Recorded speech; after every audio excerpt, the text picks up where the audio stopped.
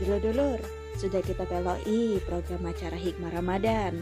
Acara ini baca dulur peloi setiap hari selama dulur-dulur, dengar lagi kita peloi Hikmah Ramadan bersama Ustadz Muhammad Setiawan SHMH di Harmoni Ramadan Ro 4 RRI Palembang.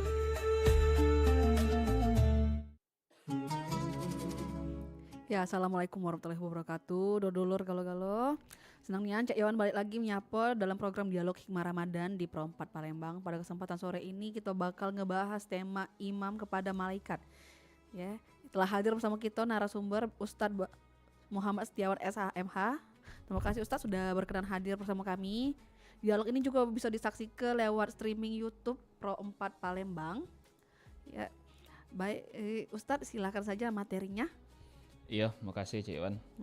A'udzubillahi minasyaitonirrajim. Bismillahirrahmanirrahim. Wahyukum bitahiyatal Islam tahiyata ahlal jinan fatahiyatuhum fiha salam. Salamun qallam mir rabbir rahim. Assalamualaikum warahmatullahi wabarakatuh. Alhamdulillahi rabbil alamin wa bihi nasta'in ala umurid dunya waddin. Assalatu wassalam ala ashrafil anbiya wal mursalin Sayyidina Maulana Muhammadin wa ala alihi wa sahbihi wa barik wa sallim ajma'in. Faqala ta'ala fil kitabihil aziz. A'udzu billahi minasyaitonir rajim. Bismillahirrahmanirrahim. Kullun amana billahi wa malaikatihi wa kutubihi wa rusulih ila akhiril ayah. Shadaqallahul azim wa shadaqa rasuluhun nabiyul karim. Wa nahnu ala dzalika minasyahidin wasyakirin walhamdulillahi rabbil alamin. Wa ba'du, para pendengar, para pemirsa, kaum muslimin, kaum muslimat dimanapun berada yang insyaallah senantiasa dirahmati dan dimuliakan oleh Allah Subhanahu wa taala. Pertama, kita bersyukur kepada Allah karena di hari ini di tanggal 7 Maret tahun 2026 Miladiah bertepatan dengan 17 Ramadan tahun 1447 Hijriah di hari Sabtu kita pacak kembali bermajelis walaupun via telekonferensi ini melalui channel RRI Pro 4 ini insyaallah tidak mengurangi esensi dari majelis ilmu itu dewe. Maka kita wajib untuk senantiasa bersyukur kepada Allah dengan mengucap alhamdulillah wa syukru lillah ala ni'amillah. Nah, selanjutnya setelah kita bersyukur kepada Allah, marilah sama-sama kita untuk bersolawat dan bersalam kepada junjungan kita Nabi Muhammad sallallahu alaihi wasallam.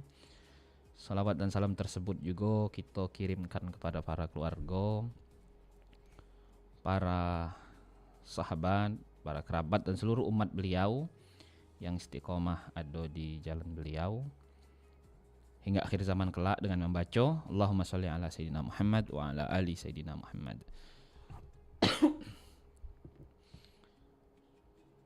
Para jemaah yang insyaallah senantiasa dirahmati dan dimuliakan oleh Allah Subhanahu wa taala.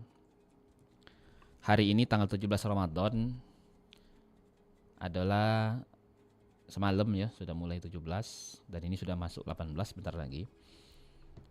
Kita memperingati dan mengenang ataupun mentapak tilasi dari peristiwa nuzulul Quran.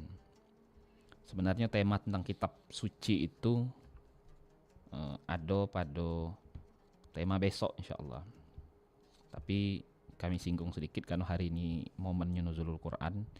Jadi Al-Quran itu turun 2 kali. Pertama dari Lauhul Mahfudz ke langit dunia. Langit pertama itu turun secara sekaligus 30 juz itu, yakni pada malam 17 Ramadan, yakni semalam itu. Nah, jemaah ini muliakan Allah.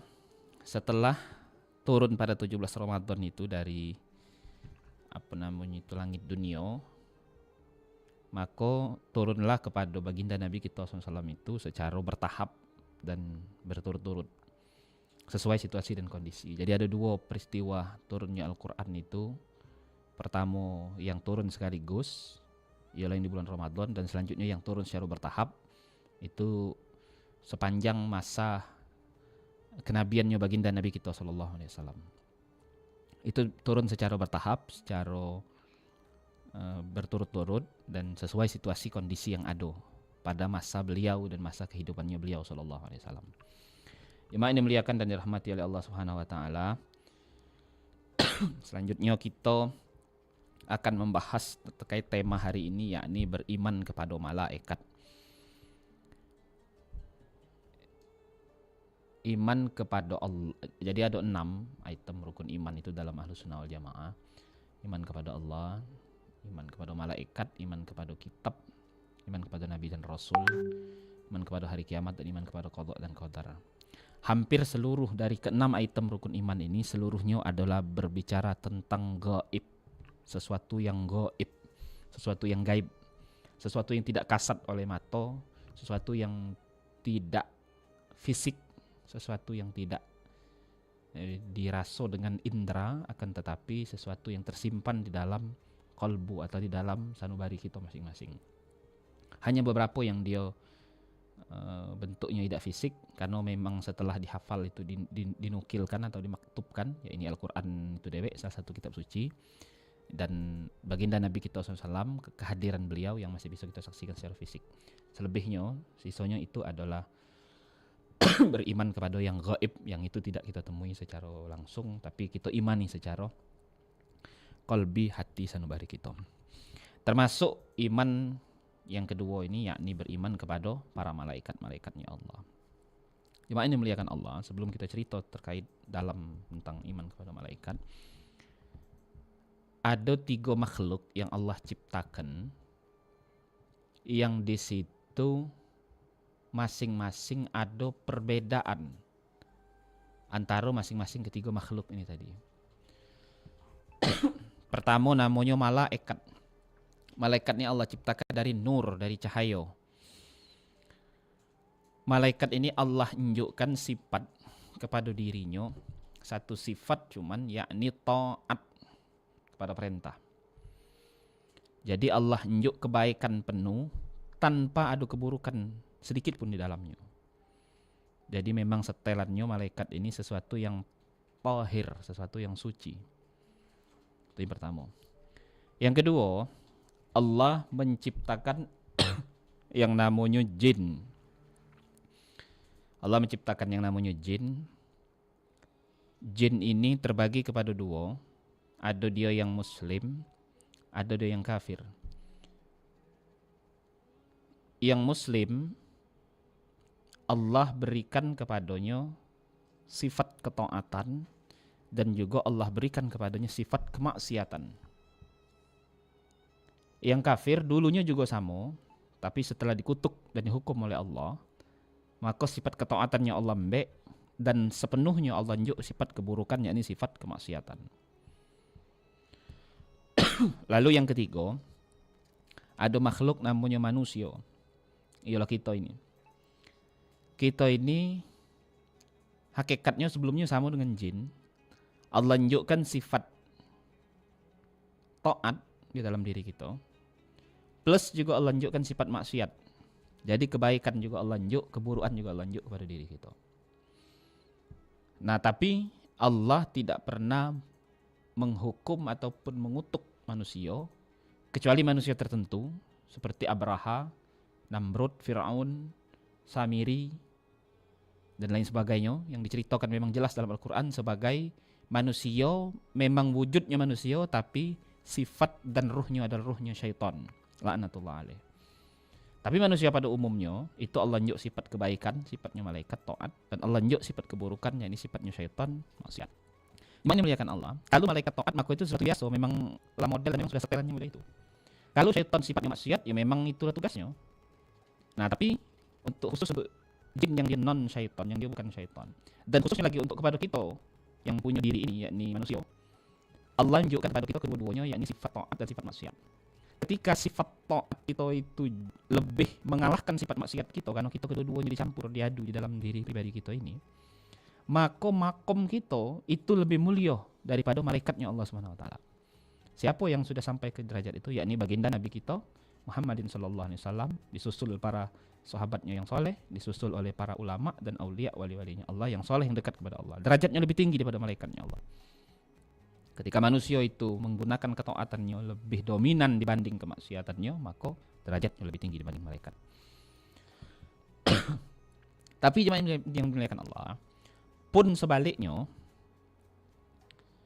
ketika maksiat, keburukan yang ada di diri kita mengalahkan dari ketaatan yang ada dalam diri kita ini tadi, maka na'udzubillah summa na'udzubillah min dzalik, derajat dan makom kita di sisi Allah Subhanahu wa taala itu lebih hina daripada syaitan laknatullah alaih. Jadi ketika sifat yang keburukan lebih dominan dari diri kita, dari ketaatan kita kepada Allah, na'udzubillah summa na'udzubillah min dzalik, maka derajat kita itu lebih hina, lebih rendah, lebih bawah daripada syaitan laknatullah alaih. Ngapa mak itu Pak Ustaz?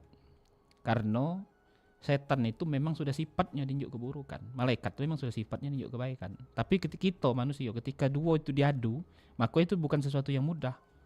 Maka akan ada sesuatu yang dominan di antara keduanya. Walaupun ada juga mungkin beberapa manusia yang dia tidak dominan keduanya, tapi 50-50. Tapi pada umumnya, yang umum dan yang normal itu, manusia itu akan merujuk kepada dominan ke salah satu sifat itu. Karena dua sifat itu bertentangan, ibarat banyu dan minyak. Nah, ibarat banyu dan minyak, kalau kita aduk, dominan yang mana yang lebih tinggi, apakah banyu atau apakah minyak ketika itu diaduk. Nah, kira-kira model itu. Nah, dan manusia ketika dia bisa mengolah sifat tersebut, maka dia akan lebih mulia dari malaikat. Bahkan pun sebaliknya, dia akan lebih hina dari syaitan. Nah, ada telepon, Cek. Kita angkat telepon dulu Ustaz ya. Yo. Halo. Halo, assalamualaikum. Waalaikumsalam. Dengan siapa? Waalaikumsalam warahmatullahi Ini wabarakatuh. dari hamba Allah di Palembang. Yo, mak mana Cek hamba? Nah, ini Pak Ustadz aku nih nanya Pak Ustadz. Aku kan sholat dewian Pak Ustadz, sholat rakaat kan. Yo. Nah, waktu duduk itu kan, baca kan Pak Ustadz deh, kira. Ya, Robi.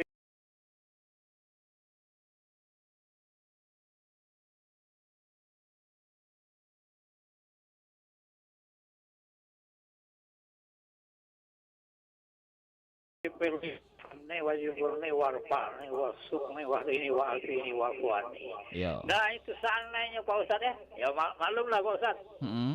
Kita sholat itu kadang nak cepet, kadang nak lambat ya. Yo. Nah kadang ketinggal sikok atau dua Pak Ustadz. Nah itu apa ke diulang lagi bacanya apa diterus ke Pak Ustadz. Apa sah dah kira-kira itu baik Pak Ustadz. Yo. Terima kasih Pak Ustadz ya. Yo. Assalamualaikum. Waalaikumsalam warahmatullahi wabarakatuh. Terima kasih Cek tadi terkait apa namanya itu pertanyaannya mengenai apa namanya itu salat Salat kata beliau tadi 4 rakaat, katakanlah mungkin salat zuhur, salat rawatib itu kan. Salat biasa. Lalu di dalam duduk iftirash, duduk di antara dua sujud itu membaca doa. Ini kami buka bab arkanus sholahnya. Kemarin kita sudah bahas rukun sholat sebenarnya. Rukun sholat itu dalam mazhab Syafi'i ada 13. Salah satunya itu adalah duduk iftirash dengan tumak nina. Duduk di antara dua sujud dengan tumak nina. Nah, jadi rukunnya itu adalah duduk di antara dua sujud, duduk iftirash itu dengan tumak nina. Artinya di situ ada diisi dengan ketumak ninahan itu artinya konsentrasi.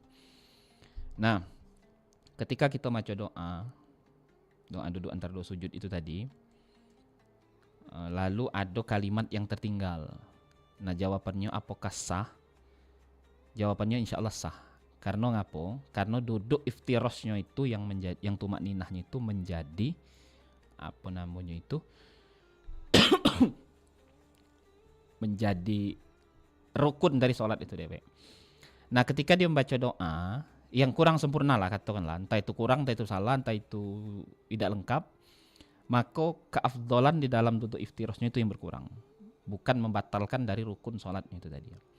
Jadi bagusnya cak mana Pak Ustaz? Bagusnya diulang ketika masalah. Ketika dia ingat itulah, misal sikok kalimat lupa warfa'ninya hilang, maka diulang lagi dengan bacaan yang lebih bagus, lebih baik, dengan sebiso dan sepacak mungkin gitu kan, diperbaiki bacanya. Tapi kalau misalnya memang tidak ada bisa, tidak ketik masalah, insyaallah sah salatnya dengan apa niat atau tujuan rencana ketika ba'da salat gagik diperbaiki lagi bacaannya. Artinya dibelajari lagi bacaan yang doa di antara duduk iftirash itu tadi.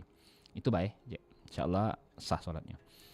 Baik, jemaah ini muliakan dan dirahmati oleh Allah Subhanahu wa taala. Kita lanjutkan lagi. Nah, masuk lagi saya. Kita angkat telepon dulu sekalian. Halo. Assalamualaikum. Waalaikumsalam. Waalaikumsalam warahmatullahi wabarakatuh. Yo. Ustaz, Iya, mengujuk ngapa? Nak nawai model. Jangan tegangin lah, senang gini. Mak mana? Jualan Ustaz Wason. Mak mana? Tidak jualan. Oh, dak tu jualan yo. Dia nak tawa ke dak? Sampai lain kali be. Iya. Aja dia datui ku pada. Siap. Mak mana mengujuk cerita ni? Aku pernah nengok di TikTok Ustaz Oh iya, Ada TikTokers anjuran, ni mengujuk ni. Seandainya kita nak maco atau nak daham ke nak maco surah salah satu misalnya surah Al-Waqiah atau surah Al-Mulk atau atau surah Kahfi, Al-Kahfi misalnya. atau Nah, alangkah Yasin. bagusnya katanya kalau Fatihah dulu ke malaikat 4.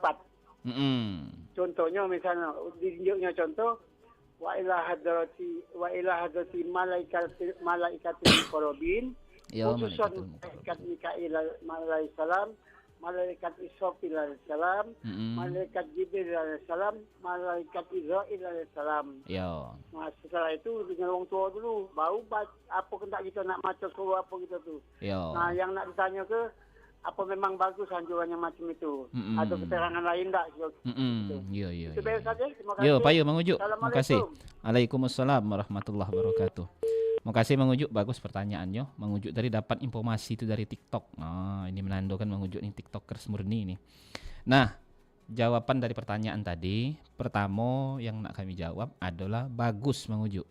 Karena tuntunan Fatihah kita, termasuk Fatihah yang pernah Ana dapat dari pondok dulu, wal malaikatil muqarrabin itu memang masuk dari anbiya wal mursalin wal malaikatil muqarrabin wal qarabah wat tabi'in wat tabi'it tabi'in wasyuhada'i was solihin wal musannifin wal mukhlasin. Nah, masuk kalau itu.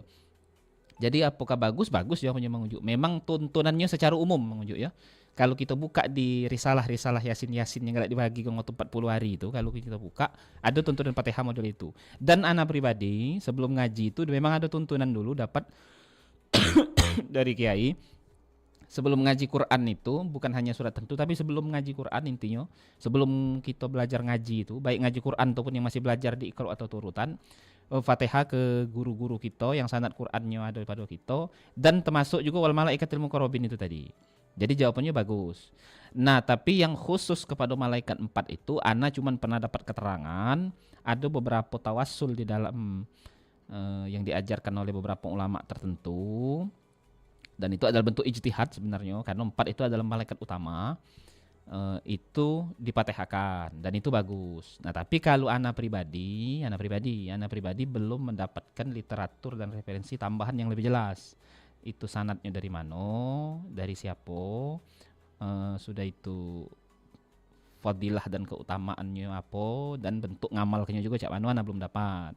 Kalau ditanya bagus, tak bagus. Boleh tak diamalkan? Boleh. Jawabannya itu kan umum sifatnya. Nah, tapi kalau lebih khusus lagi, artinya misal nanya ana pernah dapat tak? Ana belum pernah dapat kalau yang khusus Fatihah kepada 4 malaikat. Tapi kalau yang Fatihah kepada malaikat secara umum, ana sudah ada dapat itunya, apa informasi ijazahnya. Nah, kalau yang khusus itu ana belum dapat, jadi belum bisa nambahkan informasi lebih lanjut. Itu memang ujuk. Nah, caknya ada lagi, Cek. Dulu Ustaz ya. Yuk. Halo. Assalamualaikum. Waalaikumsalam. Dengan siapa? warahmatullahi wabarakatuh. Dengan Kliwon. Oke, Cek Kliwon nak tanya apa sama ke Ustaz? Oke, makasih ya. Ha-ha. Assalamualaikum Ustaz. Waalaikumsalam warahmatullahi wabarakatuh. Ini karena aku ini wong awam nian, Pak. Ada kawan itu wirid tertentu atau zikir tertentu dengan jumlah tertentu, terus didatangi malaikat. saya tanya malaikat siapa, dia kebingungan tadi. Pertanyaan saya, apa memang semudah itu malaikat itu datang? Dan maaf, dia itu agamanya nampaknya tidak terlalu istimewa kan kalau kita tengok, bukan saya menjelekkan, tapi ya hanya sekelas saya lah. Ya itu tadi yang pertama. Yang kedua tadi mau komplain tadi. Pada majelis yang terdahulu waktu Ustaz nerangkan bab sholat, itu pertanyaan saya 2 tapi baru terjawab yang pertama. Benar Cek, karena kelupaan kemarin kan Cek Gaya tuh. Iya itu. benar. Dengan Cik Mita tadi itu. Dengan Cek Gaya rasanya Cek. Cik Mita yang bab sholat itu. Saya ingat itu. Apalah itu Cek ininya pertanyaan.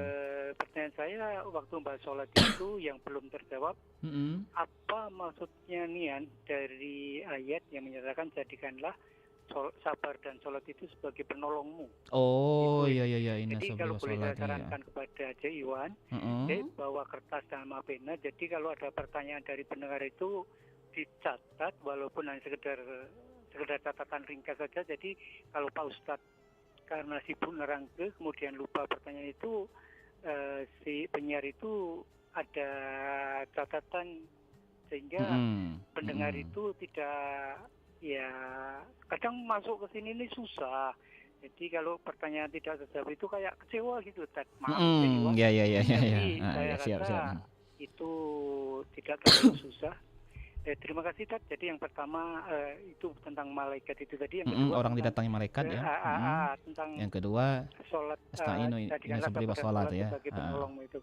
Maaf kalau banyak merepotkan Ustadz dan penyiarnya. Nggak apa-apa, bagus masukannya. Yuk. Assalamualaikum. Waalaikumsalam warahmatullahi wabarakatuh. Pertama Cek Kliwon, terima kasih masukannya. Memang ada pertanyaan yang belum terjawab pada waktu itu karena ana lupa, maklum. Apa namanya itu kan mungkin banyak gini pikiran jadi terlupa menjawab. Bukan lupa menjawab sebenarnya sih, nak jawab tapi lupa pertanyaannya itu apa gitu kan Cek. Waktu itu juga mungkin sama-sama tak nyatet baik kami maupun hostnya kan.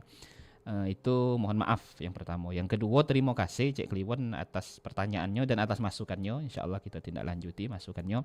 Benar kata beliau tadi itu masuk ke jaringan kita ini agak sulit karena saling apa istilah itu saling ini ya, banyak penelpon kan itu, jadi saling beradu ketika di dalam sistem itu. Jadi ketika pertanyaan masuk tapi tidak terjawab untuk beliau itu secara psikis ini apa istilah itu ada rasa kekecewaan tadi, itu biasa. Terima kasih Cek Kliwon dan mohon maaf. Kami langsung ke pertanyaannya dulu. Pertama terkait bertemu ya dengan malaikat kata cerita beliau tadi.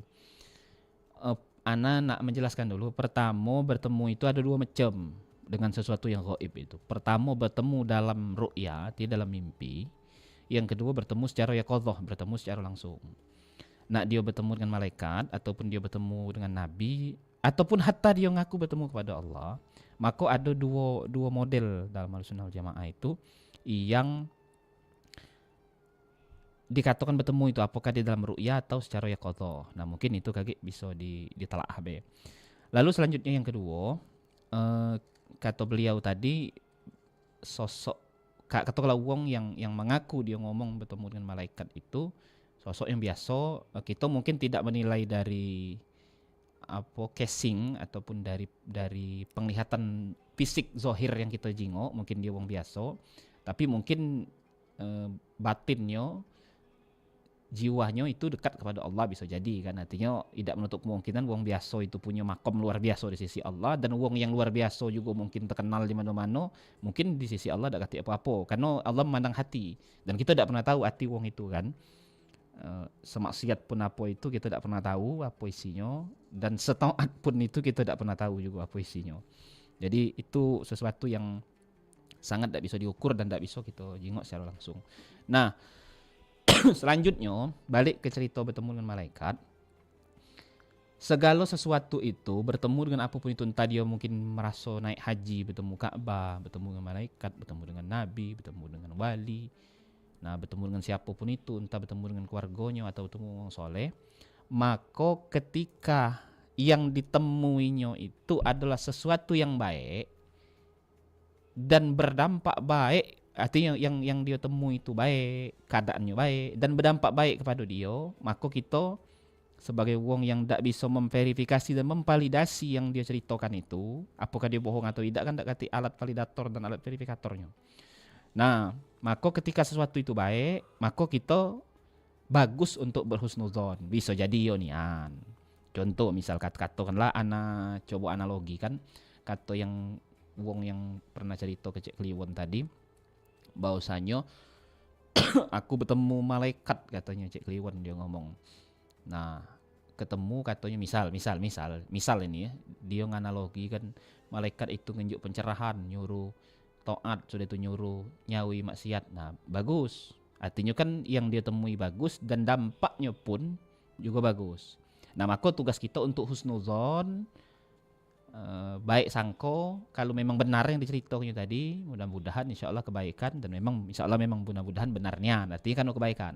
Tapi kalau misal dia ngomong cerita ketemu malaikat betaring ini, nak nerekam dia, nak ini dia, nah kalau lain malaikatnya itu kan, nah artinya kan kita tidak bisa punya kepastian untuk memastikan terkait kebenaran yang dia alami, karena yang tahu itu cuma dia dengan Tuhan tuh lah kan. Nah, kalau kebaikan maka kita husnuzon baik.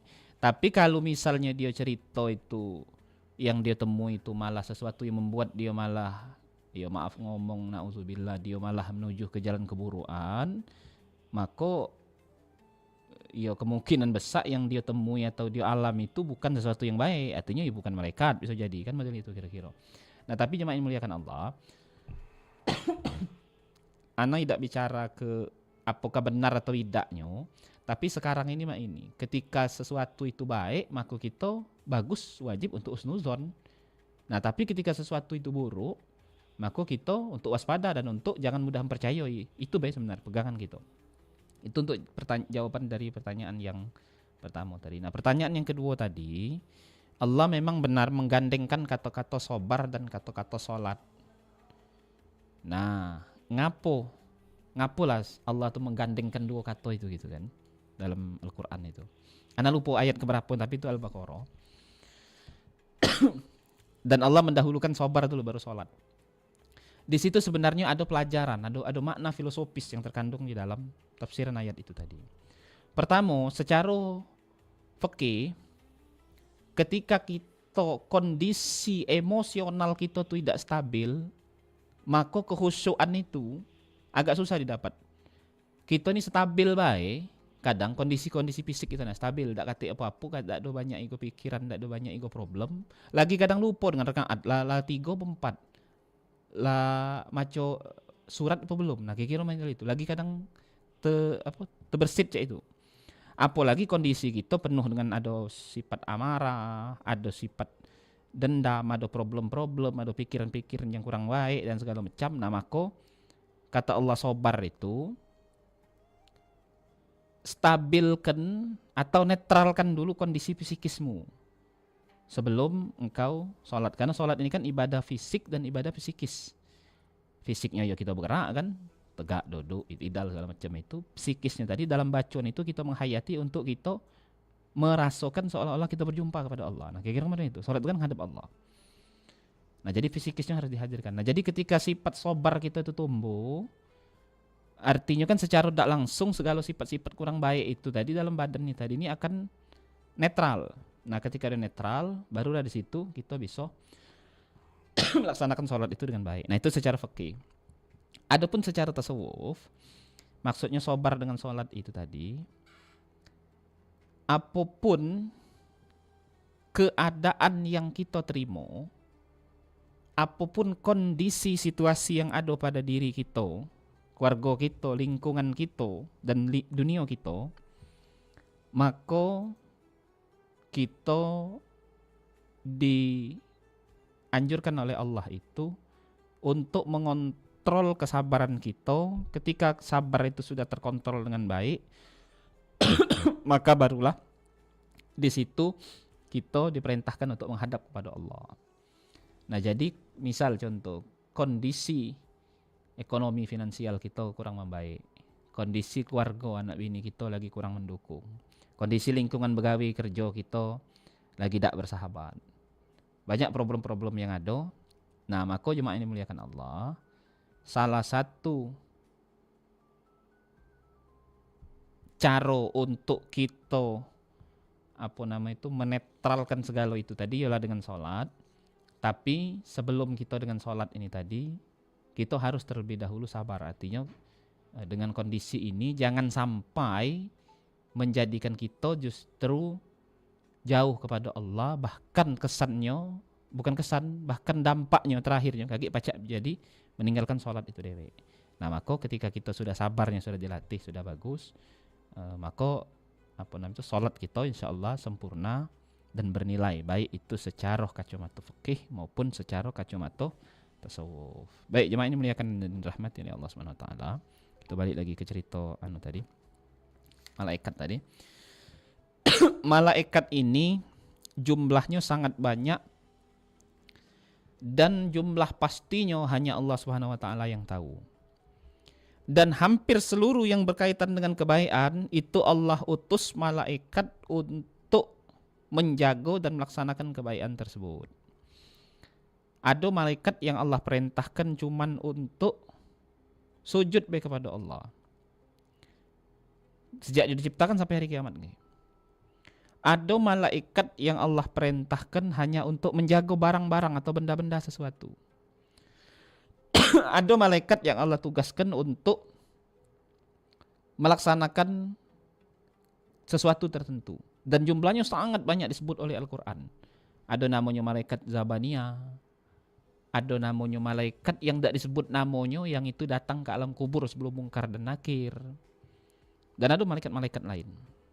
Nah, tapi jemaah yang dimuliakan Allah, dalam i'tiqad Ahlussunnah wal Jamaah dan di dalam Al-Qur'anul Karim itu dewe dijelaskan dan diceritakan terkait 10 malaikat yang mempunyai tugas pokok utama dengan tugasnya masing-masing, dan itu secara teks disebut nama dan tugasnya di dalam Al-Qur'anul Karim. Nah, maka karena itu sumbernya dari Al-Qur'an, di dalam rukun iman kita, para ulama Ahlussunnah wal Jamaah mengatakan wajib bagi kita untuk mengimani dan memahami dari 10 malaikat yang sudah disebut itu tadi. Nah, adapun yang selain dari 10 itu, maka tidak ada kewajiban untuk kita mengimani, tidak ada kewajiban untuk kita memahaminya dan mengkajinya lebih lanjut. Hanya mengimaninya sebatas memang pernah diceritakan, pernah disebutkan. Tapi kajiannya lebih lanjut kita tidak dianjurkan untuk mengkaji itu lebih lanjut. Begitupun dengan Nabi dan Rasul, begitupun dengan kitab-kitab banyak, tapi beberapa yang utama yang itu diwajibkan untuk kita mengimaninya dan mengkajinya lebih lanjut. Pertama ada namanya malaikat Jibril yang menyampaikan wahyu dari Allah Subhanahu wa taala kepada Rasul untuk disampaikan kepada manusia. Nah, tugas malaikat Jibril itu menyampaikan kepada seluruh rasulnya Allah, dan terakhir adalah baginda Nabi kita Muhammad sallallahu alaihi wasallam. Yang kedua ada malaikat Mikail, tugasnya untuk membagikan rezeki kepada para makhluknya dan menurunkan hujan. BMKG itu hanya melakukan prediksi. Maka setiap berita yang diturunkan oleh kawan-kawan kita yang ada di BMKG itu hanyalah bentuk prediksi. Tapi menurunkan hujan secara pasti dan mutlak itu hanya tugasnya Allah. Sedangkan yang mengeksekutornya itu malaikat Mikail alaihissalam. Selanjutnya adalah malaikat Israfil yang tugasnya niup trompet sangkakala, dan itu cuma satu kali, kaget di hari kiamat. Dan selanjutnya ada malaikat Izrail yang disebut juga sebagai malaikat maut yang tugasnya untuk mencabut nyawa. Malaikat Izrail ini dikisahkan mempunyai 70.000 tangan, sehingga dalam satu hari itu kalau banyak yang wafat atau meninggal dalam satu hari itu dalam rentang jam waktu yang sama dan tempat yang berbeda serta berjauhan, itu biasa. Karena memang dalam riwayat dikatakan malaikat maut itu, malaikat Izrail itu mempunyai tangan yang hampir 70.000-an. Selanjutnya malaikat Raqib dan malaikat Atid, dua malaikat yang selalu mendampingi kita dengan catatan amal kita. Malaikat Raqib dengan catatan amal baik yang ada di kanan, dan malaikat Atid yang mencatat amal buruk sebelah kiri. Selanjutnya ada malaikat Munkar dan Nakir yang bertugas menanya dan menghukum manusia yang berada di alam kubur. Nah, sebelum malaikat Munkar dan Nakir ini hadir, jemaahnya muliakan Allah, dalam riwayat dikatakan ada kaki malaikat yang akan melakukan gladi. Nah, jadi malaikat ini kaki datang ngomong dengan si ahli kubur yang baru menempati kuburnya tadi. bahwasanya katanya kaki akan datang dua makhluk menanyoimu tentang keimananmu.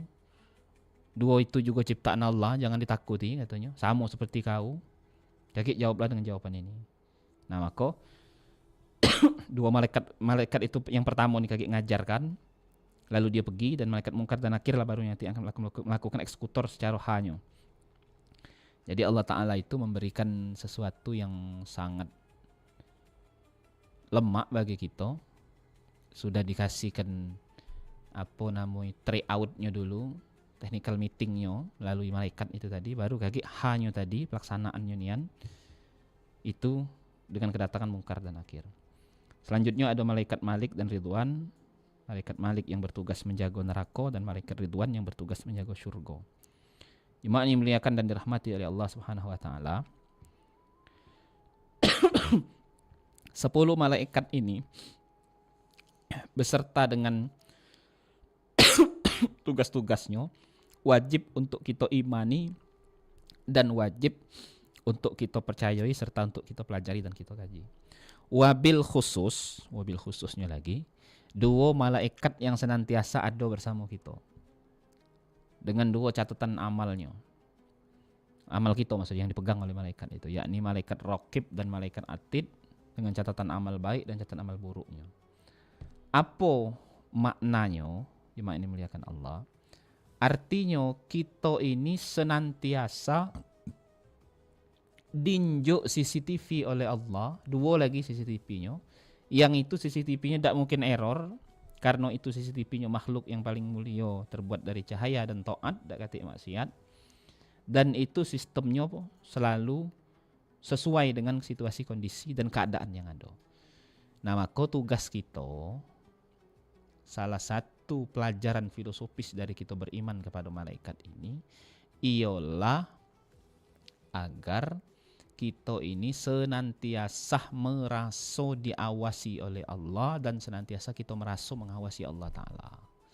Nah, ketika kita sudah merasa ini tadi, maka malaikat kebaikan, malaikat Raqib, dia akan banyak bekerja dengan segala catatan amal baik kita, dan malaikat Atid akan banyak beristirahat dengan kurangnya catatan amal buruk kita. Nah, maka jemaah ini muliakan Allah. Jadi Allah itu sebagai Rabb yang memantau kita terus, dan kita juga harus senantiasa merasa dipantau terus oleh Allah. Dan eksekutornya panitia yang menindaklanjuti dari pantauan tersebut ialah dua malaikat ini tadi. Nah, maka kita harus merasa semacam itu. Artinya ketika kita merasa hendak berbuat baik, jangan nunggu nak dijingok uang, karena ada yang panitia eksekutornya dan ada Allah langsung yang jingok. Dan pun ketika kita nak berbuat buruk, jangan nunggu nak tanah sepi, karena kita senantiasa dipantau. Nah, itu pelajaran intinya itu. Nah, maka jemaah ini muliakan dan dirahmati oleh Allah Subhanahu wa taala, karena waktu juga sudah hampir kejepit kita ini. Maka sebagai closing statement kita pada petang hari ini, kita beriman kepada malaikat ini, yakni untuk memupuk iman dan amal serta ketakwaan kita kepada Allah Subhanahu wa taala. Kalau itu pelajaran penting dan inti utama dari kita mengkaji beriman kepada para malaikatnya Allah Subhanahu wa taala ini. Para jemaah yang insyaallah senantiasa dirahmati dan dimuliakan oleh Allah. Mungkin ini sedikit pelajaran singkat yang bisa kami bagi. Semoga bisa menjadi ibrah dan pelajaran serta pacak kita amalkan dalam kehidupan kita sehari-hari. Kami selaku narasumber mohon maaf apabila ada khilaf dan salah baik pada perkataan maupun pada perbuatan. Kepada Allah kami mohon ampun dengan mengucap astaghfirullahaladzim. Kebenaran hanya milik Allah. Khilaf dan salah hanya milik pribadi kami sebagai insan yang lemah. Kami ucapkan terima kasih kepada para pendengar, para penanya yang sudah bergabung pada petang hari ini. Akhirul kalam, syukron jazakumullah ahsanul jaza. Wal ampu minkum, wallahul muwafiq ila aqwamit thoriq. Assalamualaikum warahmatullahi wabarakatuh. Waalaikumsalam warahmatullahi wabarakatuh. Dulur,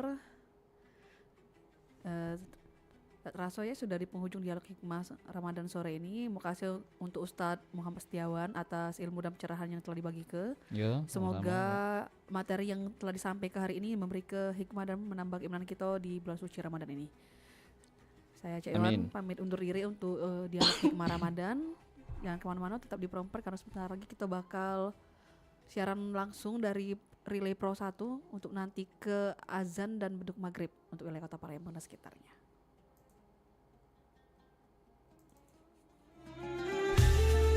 Dulur-dulur, sudah kita peloi program acara Hikmah Ramadan. Acara ini Wacak Dulur peloi setiap hari selama bulan Ramadan di Pro 4 RRI Palembang, Harmoni Ramadan.